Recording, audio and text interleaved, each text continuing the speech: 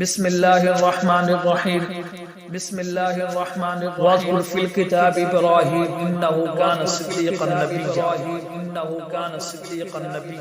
جناب سیدنا صدیق اکبر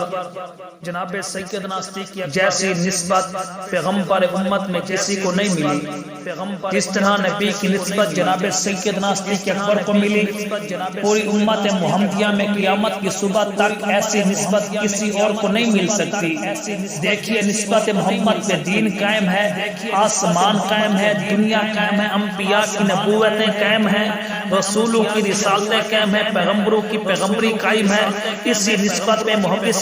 محبت میں شجر و حجر قائم ہے، کائنات کی رعنائی قائم ہے، دنیا کا حسن و جمال قائم ہے۔ اسی نسبت محبت میں انسانوں کی انسانیت قائم ہے۔ لیکن انبیاء کرام کے بعد نسبت محمد جس کو سب سے زیادہ ملی اس کا نام جناب سیدنا صدیق اکبر ہے۔ 100 سال کی عبادت کرنے والا وہ نسبت نہ پا سکا، 40 سال سجدے کرنے والا وہ نسبت نہ پا سکا، عشاء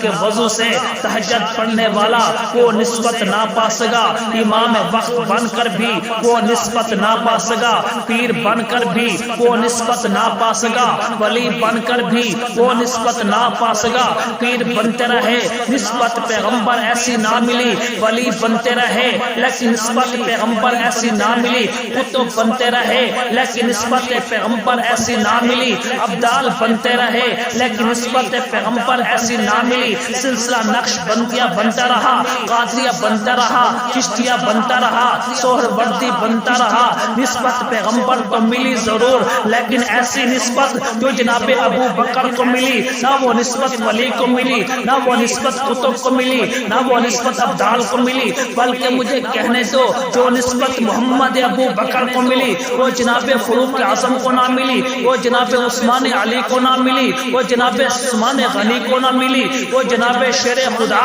علی المرتضیٰ کو نہ ملی، وہ حسن حسین کو نہ ملی، وہ سارے صحابہ کرام کو نہ ملی۔ جو نسبت محمد جناب علی کو ملی وہ نسبت محمد بعد میں آنے والے کسی کو نہ ملی۔ لیکن ساری نسبتیں جمع کرو تو جناب ابو بکر کی نسبت کا مقابلہ کچھ نہیں کر سکتی۔ جو نسبت ابو بکر کو ملی وہ پوری کائنات میں کسی کو بھی نہیں ملی۔ ایک یہ ہے کہ جب ابو بکر کی شان میں قرآن پاک کی 9 آیاتیں اتری، فاروق اعظم کی رائے میں 27 آیاتیں اتری، جناب عثمان غنی کے لیے 11 آیاتیں اتری، جناب شیر خدا علی المرتضیٰ کی شان میں 4 آیاتیں اتری۔ تو دیکھیے یہ آیاتیں تو ان سب کی شان میں اتر آئی، میں نے مانا کہ آیاتیں اتر سکتی ہیں لیکن جو نسبت محمد صدیق اکبر کو ملی وہ کسی کو نہ مل سکی۔ میرے بھائیوں میرا دعویٰ سنو، سجدوں کی تعداد زیادہ ہو سکتی ہے، رکوع کی تعداد زیادہ ہو سکتی ہے،